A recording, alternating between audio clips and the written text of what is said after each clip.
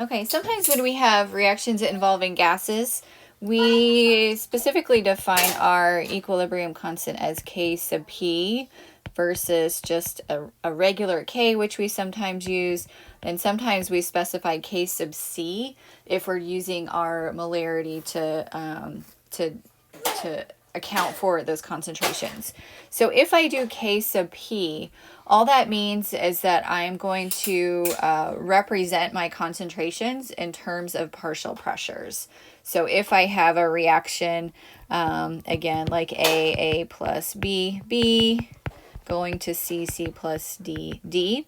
If this is a gas phase reaction, then I'm just going to do partial pressure of C raised to the C power, partial pressure of D raised to the D power, partial pressure of A raised to the A power, and partial pressure of B raised to the B power. So I'm still doing products over reactants, still using those stoichiometric coefficients, but instead of representing those concentrations in terms of molarities, which we typically do if it's not specified differently, then we're representing those in terms of partial pressures. There's a relationship between K sub P and K sub C. So if I know one or the other, I can get to the other one, and that relationship is given here. K sub P is equal to K sub C times RT to raised to the delta N power. So this really just stems from the idea that we have our ideal gas law is PV is nRT. And if I think about the P here, solving for P is equal to N over V times RT. And that N over V, this is like our molarity, right? This is moles per liter. So P is equal to that concentration times RT. So here we have essentially that K sub P is equal to K of the concentration times RT. And then that delta N here is going to be the difference between the moles of products and moles of reactants. And we just get this from our balanced equation. So if I look at this generic equation, that delta N would equal C plus D. That's my moles of product minus A plus B, which would be our moles of reactant.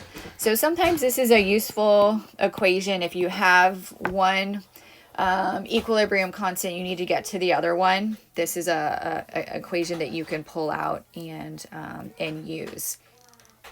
This last piece in here, magnitude of K.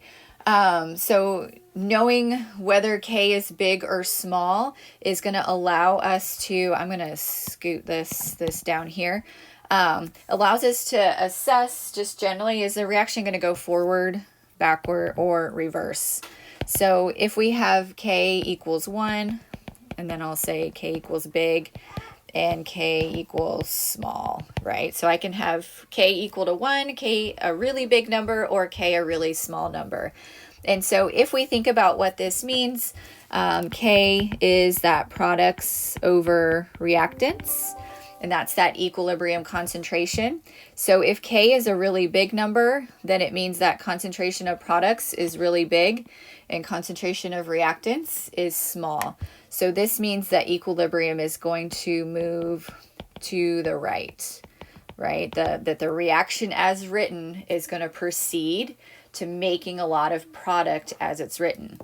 If K is really small, then these two things would be flipped, right? So if I have products over reactants, the way K is really small is that the reactant concentrations are really big.